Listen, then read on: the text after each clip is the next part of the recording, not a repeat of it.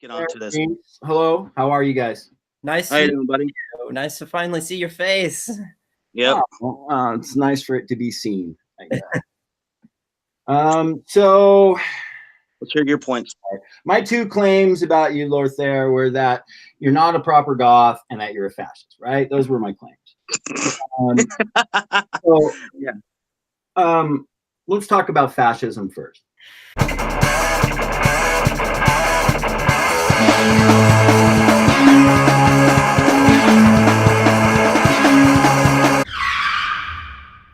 So you guys were you were giving your definition of what you think fascism is. And no offense, don't take this personally, but you're just like demonstrably wrong. You don't know what fascism is.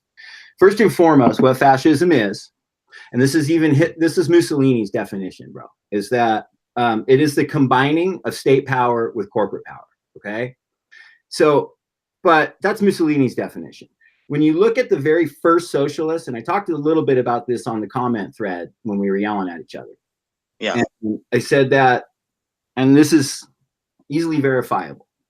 The first socialists, the very early socialists, even prior to Marx, people like Proudhon, who was actually an influence on Marx. The original socialists said, okay, look, there's this new crop of economic things happening called capitalism. They got these new capitalists. They seem to be doing pretty well. It looks like this economic structure is going to do away with feudalism and become the new order of the day. So let's take a look at it. Let's see what it is. Let's see what its good points are. Let's see what its bad points are, and just analyze it for what it is. Okay. Now, what these early socialists like Bakunin and Malatesta and Kropotkin, and of course Marx, I tend to quote anarchist socialists because I am an anarcho-socialist. But these original socialists, they realized that ultimately what would happen with capitalism is that the owners of the means of production would be able to consolidate more and more wealth into fewer and fewer hands at the expense of all the workers that actually create the means, that actually produce the means, right? And Marx said in the Communist Manifesto, he didn't say, oh, we got to rise up and, gulag them and fucking put them up against the wall. He never said anything like that. What he said was that ultimately the workers would realize that this handful of people are getting incredibly power and incredibly wealthy off of our labor, while we sit over here poor as fuck with a couple cool gadgets to keep our fucking mind busy. And they'll ultimately realize, man, this ain't fair. And so Marx said they will rise up and defeat them and try to revolt. Well, not necessarily defeat them, but will rise up in revolution against them. But at that point, and all the early socialists were in agreement about this, that this small class of the small few numbers of the capitalist class would realize that the masses of the working classes are about to rise up and fucking cut their heads off and shit. So they will use all the power and all the economic wealth that they've accrued and any type of authoritarian or violent measure in order to keep those masses from revolting. Okay? That's called fascism. So a lot of us socialists like to say that fascism is sort of the strong-arm defense mechanism of capitalism in crisis. Now, that's not something I made up or saw on a YouTube video. That's from reading volumes of socialism that have been written over the last 200 years. They have long been in agreement about what fascism is. Now, with all that said, you have to understand that fascism isn't like socialism in the sense that there's not a structure or a certain set of things that you can point to and say, you do these things, that makes you fascist. Now, there's all kinds of things that fascists have historically done, okay? Now, one of the things that the right wing likes to spew a lot is that fascism is, the suppression of free speech. Well, that's not even remotely close to an all-encompassing definition of fascism. That's just one element or tool under the broader toolbox or quiver that the fascists use to oppress the masses and oppress the workers. They will use the suppression of free speech. That's true. But really, what the fascists will do is protect the capitalist status quo. They will They will protect the ruling class at all costs. That is the role of fascism. One of the greatest mechanisms that fascists use to make this happen is scapegoating already oppressed and marginalized people, because one, they can't defend themselves, so they're much easier targets. And two, it instantly causes people, the working class, to divide down those lines. Oh, you don't like gay people, or you like gay people, or you don't like this minority, or you like that minority. Meanwhile, we're all fucking doing this shit and playing along with it and butting heads, and we're divided. And what we're not doing is organizing as a collective mass, seizing the fucking means of production from these scumbag fucking bosses that have been stealing our labor and getting fucking disgustingly wealthy off of it for the entirety of capitalism's history. Okay? So when we see people like who you want to call Antifa and stereotype all the time, that's another issue we can get to, man, because your understanding of Antifa is it really is, bro. I've seen it before plenty of times. You don't know anybody that's ever organized a fucking anti-fascist action. You've never met that person in your life. You may have talked to them online a little bit, but you don't know what the fuck you're talking about. Don't act like you do. Because I do know. I know a lot of people who organize under the banner of anti-fascism. And literally none of them meet any of this criteria and these things that you've labeled them. For starters, the second you bring up Soros, you have to understand, man, that the whole trope of where the Soros thing comes from is from far right, deep fucking neo-Nazi circles, because he's Jewish. And when you espouse this thing that George Soros is behind anything, that's the age-old fucking, the Jews are behind everything and running things. And maybe you don't think that, and maybe you don't believe that, and I think you don't believe that, because I don't think you're an anti-Semite, Lothar. No, but when you regurgitate these Soros talking points, you're regurgitating far-right Nazi anti-Semitic talking points. Doesn't make you an anti-Semite, but it makes your talking points fascist in nature. When you're talking about there's the same thing between the alt-right and Black Lives Matter, homie, that is a fascist, racist talking point. I don't think you're a racist, dude, but you're spewing talking points that have their home and their day one fucking genesis in the far right fucking 8chan threads of fucking neo-Nazi Adam Waffen types, okay? And like BLM, Black Lives Matter, I know Black Lives Matter organizers. I organized the biggest fucking Black Lives Matter march that Reno ever saw. Like 400, 500 people. Reno's a small town, dude. That's a shit ton of people for a march. I know Black Lives Matter activists personally, bro. And if to equate them to people from the alt-right who you've agreed have all these violent tendencies and all these things that you don't like about them. All Black Lives Matter is doing is saying that cops are killing unarmed Black people more disproportionately per capita than they are killing unarmed white people. And it needs to fucking stop. That's it. That's it. So to equate that to the activities of people like Tiny and Rob Cantrell, who threatened to burn my friend's bookstore down, and I don't agree with that at all. You know what? The reason they did that, Lothar, is because it's communist.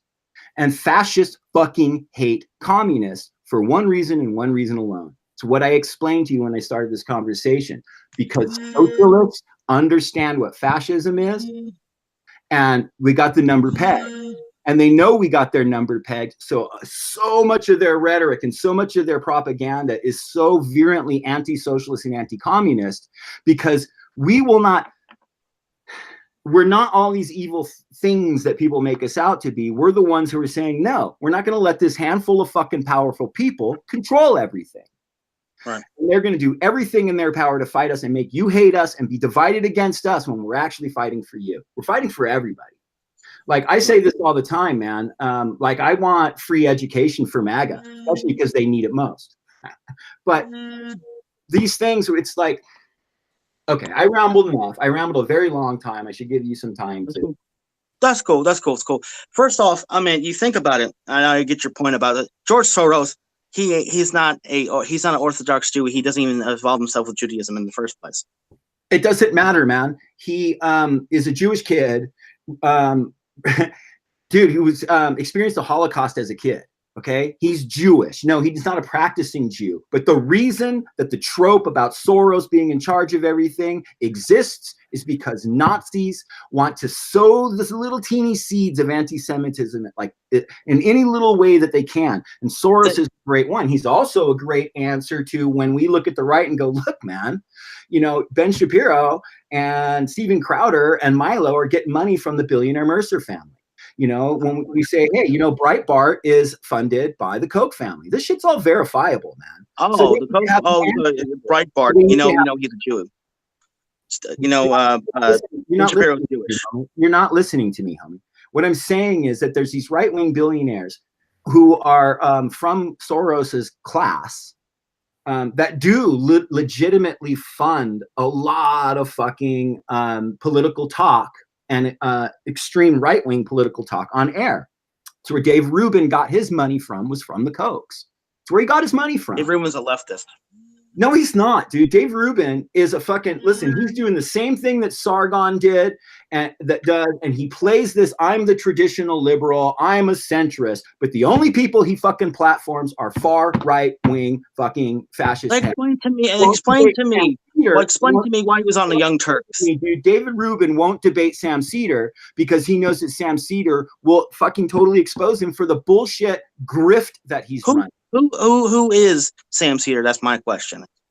He's just a fucking online dude. He came from Air America. He has a big platform and he's incredibly smart. And he's been calling out Dave Rubin to debate him forever because Dave Rubin constantly talks about wanting to debate and he'll debate any liberal. So one of the most prominent, actually, Sam Cedar's not a liberal. He's actually left of progressive, I would say. But he has a huge fucking platform and he's one of the most well-known fucking leftist voices. So, and intellectual voices. So there it is. If he doesn't debate Sam Cedar, it's because he knows that his whole thing is I'm a centrist and I'm just free speech and all this shit. It's bullshit because he just brings on scumbags like Jordan Peterson and all these other fucking right-wing shitheads, Gavin McInnes that he's had on there and platformed and shit. And when they say they're really disgusting things that, yeah, you disagree with probably, Lothar, Dave Rubin doesn't call him on it. He doesn't go, hey, wait a minute, man. I have to push back on that. That's actually bigoted. No, he goes, oh, okay. Now he doesn't. That's what I'm doing right now with you. Point. He's keen. This is why when you asked, when I said about how like there's things that people say they are, and then there's the actual definition of political ideologies. And that's another thing on the right that I see a lot is a lot of you guys are really confused, man. You have like 10 different designations for what you call yourself. But in the end, when we start tearing apart the issues, all of your fucking beliefs really fall into the far right fucking platform. You can call yourself a traditional liberal or a constitutionalist, or you can call these things. But the ideas that you're read to the Constitution. The ideas you're espousing are far right. And I would venture to say, you're really not that familiar with the Constitution. You've probably read it, but like, let me ask you, what's the 13th Amendment? There's 10 there's 10 of them. No, there's not. There's 10 in the Bill of Rights, homie.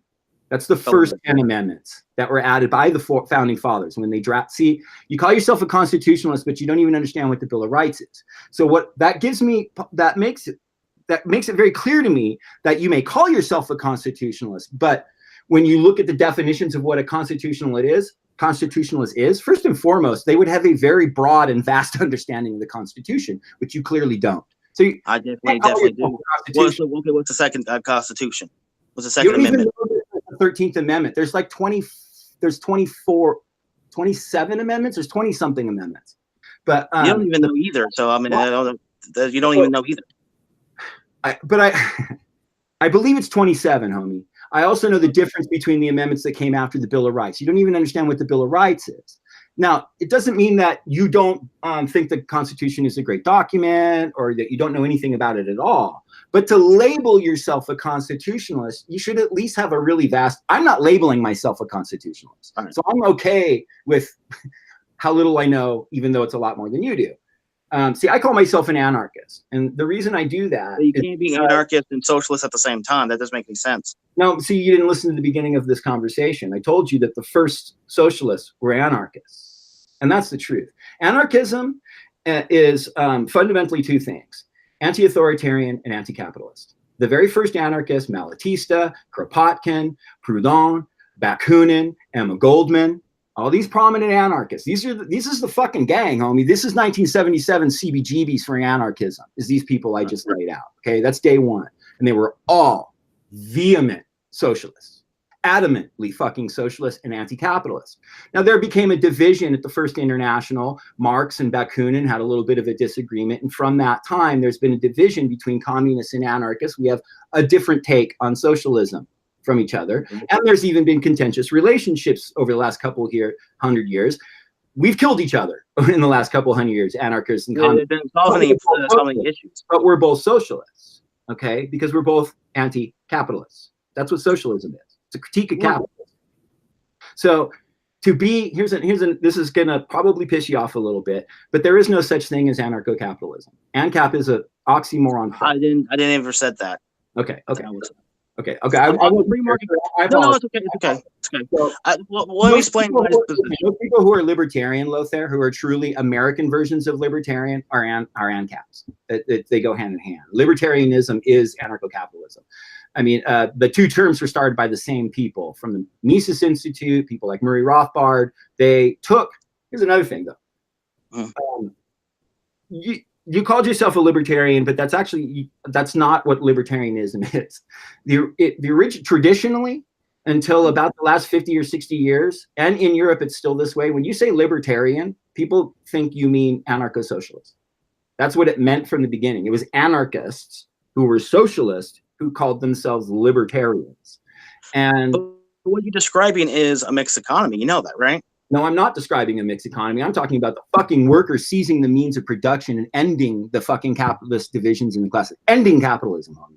Ending capitalism. The proletariat overthrowing the Social Democrats, Ocasio-Cortez. These people are called. You mean crazy eyes, right? Okay, first of all, I don't cotton to fucking ableist language. Don't call them fucking crazy because you're throwing people with mental health issues under the bus. And if you pull that shit, I'll be off this stream right now. Crazy guys is a bullshit thing to fucking call people, homie. Straight up. So, you're talking about people's political designations and you want to fucking shit on their physical features. It's cheap and it's fucking boring. So, people like Bernie, people like Ocasio-Cortez, they're social democrats. I don't like calling them democratic socialists because they're really not socialists because they're not anti-capitalists. So social democrats actually works. And actually traditionally in the rise of World War II, when the fascists took over, some of their two greatest opponents in most of these countries were social democrats and communists. Who the fascists were fighting when they came into party. A lot of us who are true far left socialists are apprehensive while maybe reservedly supportive of people like Bernie and Ocasio-Cortez because they do genuinely advocate for the rights of marginalized people, which we like. But they ultimately will bolster and save capitalism just like FDR did. FDR's New Deal is the model for what a lot of these social democrats are pushing right now. And I think a lot of these are great policies. We can't deny that post FDR's New Deal was the greatest prosperous era in American history. We built the middle class. It was the boomer generation. That's when the suburbs began. We built, and it, later led to Eisenhower being able to build the infrastructure and the highway system. All this stuff was with incredibly high tax rates and all this stuff. A lot of the same stuff that Ocasio and Sanders are calling for.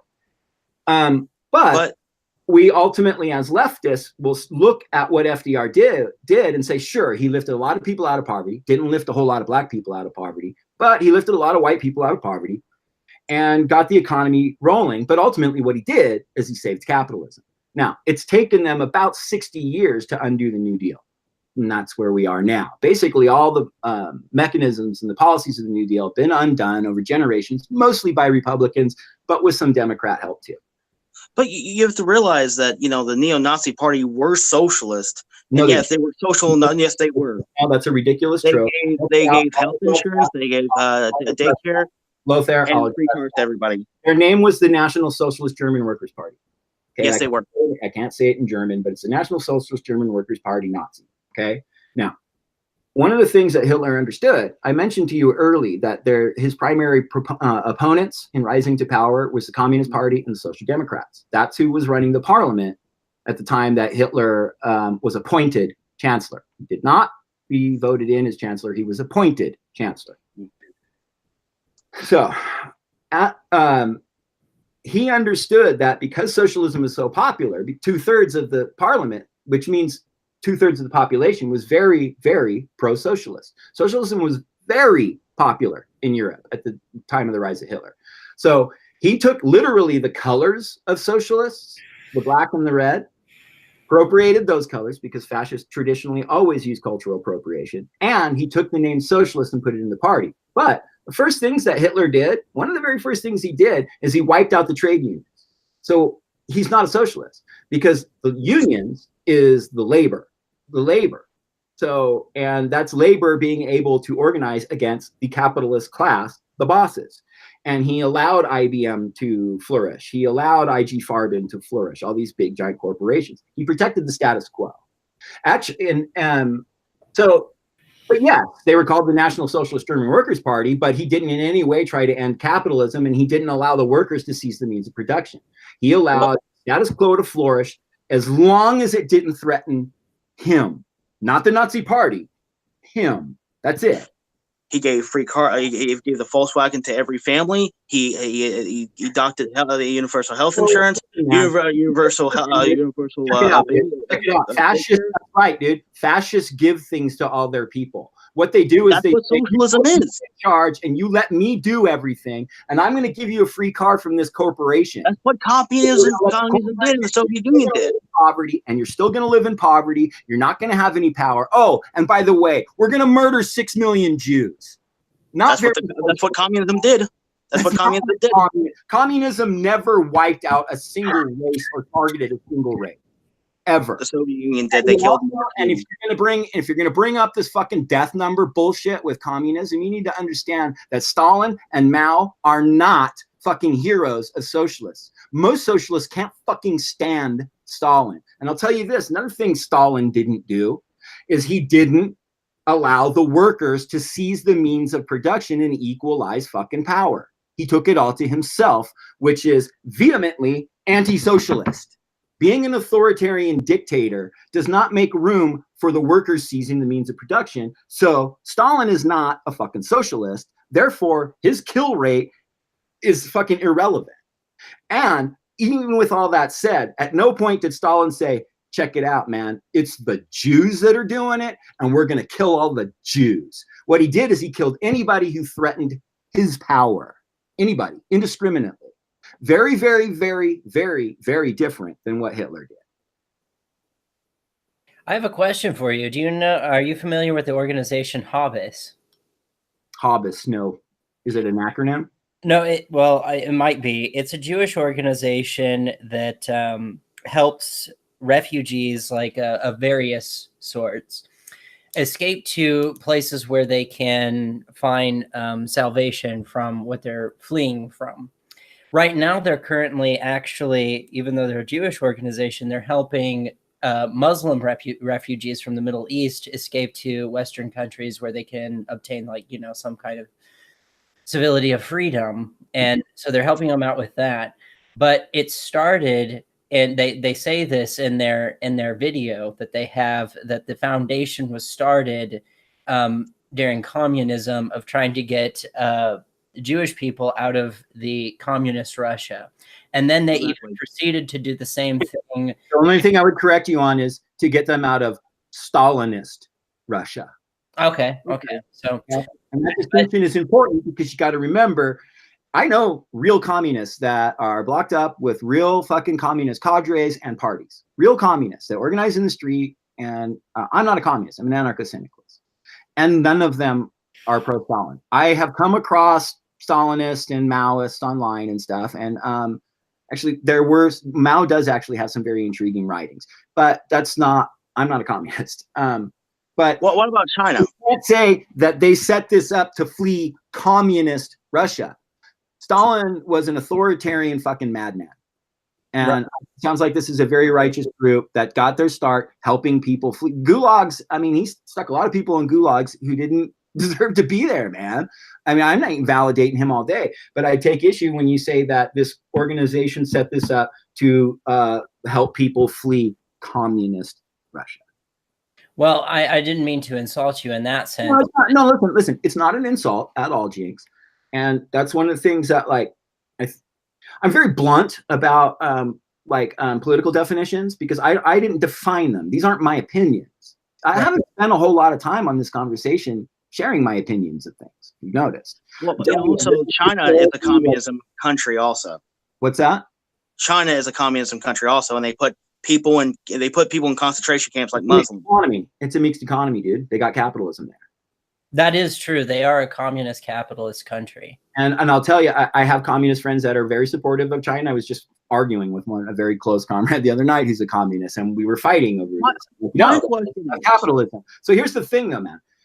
I think what you can take from this portion of the conversation is that communism is a lot more complex and diverse and nuanced than you want to think it is. And to say that Antifa is somehow the same thing as Stalin is fucking ridiculous.